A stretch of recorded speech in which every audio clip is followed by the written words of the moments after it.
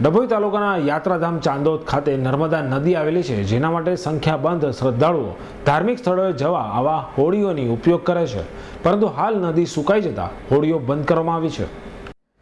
ડભોઈ તાલુકાના યાત્રાધામ ચાંદોદ ખાતે નર્મદા નદી આવેલી છે, જેના માટે સંખ્યાબંધ ધાર્મિક સ્થળોએ જવા આવવા તેમજ રાજપીપળા તરફ જવાના સંખ્યાબંધ ગામોએ અવરજવર કરવા નર્મદા નદીમાંથી નાવડી હોડીઓમાં બેસીને સામે કિનારેના ગામોએ જવું આવવું પડે છે, જેમાં કિનારે 500 જેટલા નાવડી ચાલકો પોતાની રોજીરોટી મેળવતા હતા, પરંતુ ચાલુ વર્ષે સખ્ત ગરમી ઉપરાંત આ વર્ષે ચોમાસું ખેંચાઈ જતા હજુ સુધી વરસાદ પડેલ ન હોય તેમજ દર વર્ષે સરદાર સરોવર નર્મદા ડેમ દ્વારા પૂરતા પ્રમાણમાં નદીમાં પાણી ન છોડાતા નર્મદા નદી છીંચરા સુકાઈ ગયેલ હાલતમાં હોય, જેથી આ વિસ્તારના નાવડી ચાલકો મત્સ્ય ઉદ્યોગ દ્વારા માછીમારના મચ્છીમારો પાણી નદીમાં પૂરતા પ્રમાણમાં ન હોવાથી મુશ્કેલીમાં મુકાઈ ગયા છે અને તેનાથી 3000 જેટલા કુટુંબોની રોજીરોટી છીનવાઈ ગયેલ હોય આવા પરિવારોના જીવન નિર્વાહ કરવો મુશ્કેલ થઈ ગયો છે।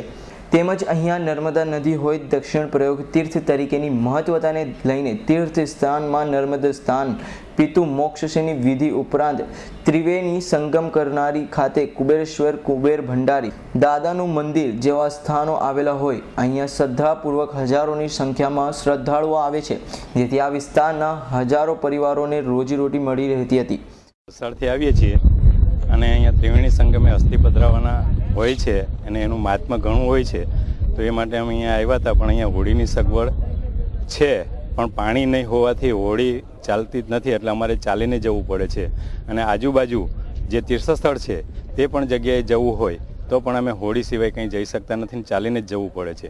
તો વહેલી તકે પાણી છોડે તો અમને હોડીનો સુવિધા મળી શકે એમ છે। ચાંદોદ એક બહુ મોટું મહા ગુજરાતનું તીર્થ મોટું છે, એમાં અમારી ચાંદોદ 150-200 બોટો છે। બોટોની અંદર 550 કુટુંબ જેટલા જીવે છે। આવા ગંગા દશાહરાના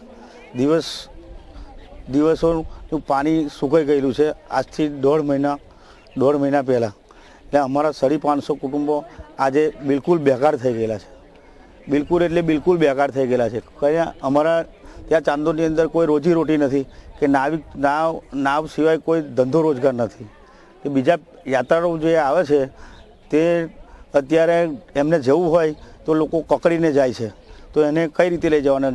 એવા વહેલી તકે જે પાણી અમને આપે તો બહુ મોટી વાત છે। પરંતુ છેલ્લા 1.5 માસથી નર્મદા નદીમાં પાણી પૂરતું ન હોવાથી આ વિસ્તારની પ્રજાને મુશ્કેલીઓ વેઠવી પડે છે। વહેલી તકે નર્મદા નદીમાં સરદાર નર્મદા ડેમમાંથી પાણી છોડવામાં આવે તેવી માંગ ઉઠવા પામી છે। હસન ખત્રીનો રિપોર્ટ S9 ન્યૂઝ ડભોઈ।